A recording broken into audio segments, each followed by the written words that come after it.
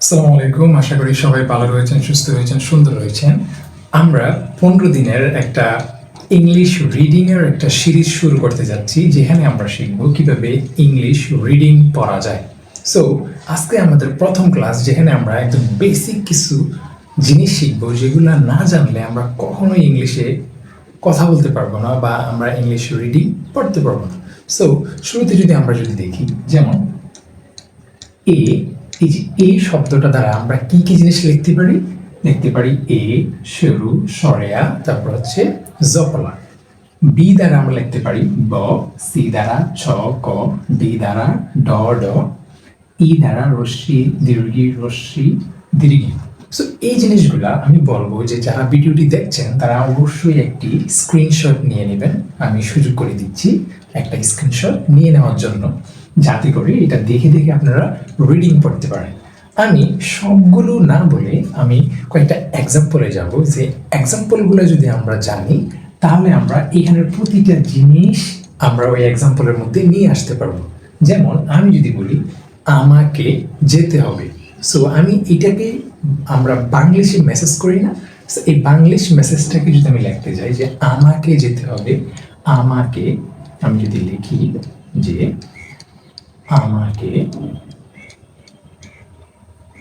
আমাকে যেতে হবে, এই যে আমাকে যেতে হবে, এখানে কি রয়েছে এর জন্য আমরা কি জানি এ, তাহলে হচ্ছে এ। ময়ের জন্য আমরা কি জানি এম, তাহলে হচ্ছে তারপর আকারের জন্য আমরা কি জানি এ, তাহলে হচ্ছে আবার কি হবে এ।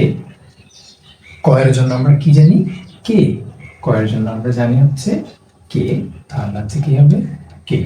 তারপর একারের জন্য আমরা কি জানি, একারের জন্য হচ্ছে ই, একারের জন্য হচ্ছে কি ই। আমি এটা এখানে যোগ করতে ভুলে গিয়েছি, সো ই হচ্ছে ই। তাহলে কি হলো আমাকে। তাহলে যেতে হবে, এটা যদি আমরা বলি এখানে জয়ের জন্য আমরা কি পাই, জয়ের জন্য আমরা হচ্ছে যে পাচ্ছি, হচ্ছে যে পাচ্ছি। একারের জন্য আমরা জানি যে হচ্ছে আমাদের ই লাগবে। তারপর হচ্ছে তয়ের জন্য আমরা জানি আমাদের টি, তয়ের জন্য হচ্ছে আমাদের কি টি। আবার একারের জন্য হচ্ছে আমাদের ই। তাহলে আমাকে যেতে হবে। সো এই যে এর জন্য আমরা জানি কি হচ্ছে এইচ, এখানে এইচ কোথায়, এই যে এইচ, এ হচ্ছে এইচ। তারপর এর মধ্যে একটা কি রয়েছে উ রয়েছে, এটা কি রয়েছে উ, এ হচ্ছে উ বা এ হচ্ছে হ। তারপর হচ্ছে বয়ের জন্য আমরা কি জানি বি, তাহলে হচ্ছে বি। আর একারের জন্য আমরা কি জানি ই। তাহলে আমাকে যেতে হবে, আমরা এটা খুবই সিম্পলি সহজভাবে আমরা পেরে গিয়েছি। সো এখন আমি আরেকটা বলি তোমাকে খেতে হবে, সো সেম টু সেম, তোমাকে খেতে হবে, তোমাকে খেতে হবে। সো এখানে একদম সিম্পল যদি আমরা দেখি যে তয়ের জন্য হচ্ছে টি, সো তারপর ওকারের জন্য হচ্ছে উ বা হচ্ছে ইউ আমরা বসাতে পারি, যে হচ্ছে তো। তারপর হচ্ছে ময়ের জন্য হচ্ছে এম, আকারের জন্য হচ্ছে এ, কে এর জন্য হচ্ছে কয়ের জন্য কে, একারের জন্য হচ্ছে ই। তাহলে কি পেয়ে গেলাম আমরা, তোমাকে পেয়ে গিয়েছি। এবার হচ্ছে খেতে হবে, খয়ের জন্য আমরা কি পাই, খ মূলত হচ্ছে কি কে এবং হচ্ছে এইচ এর সমন্বয়, যেমন হচ্ছে কয়ের জন্য আমরা পাই হচ্ছে কে আর ক এইচ, এবং হচ্ছে এইচ এর জন্য আমরা কি পাই হ বা হ, তখন হচ্ছে আমরা কি লিখবো খে। এবং একারের জন্য হচ্ছে ই, তাহলে কি হলো খে। তয়ের জন্য হচ্ছে টি আর একারের জন্য হচ্ছে ই, তাহলে তোমাকে খেতে হবে।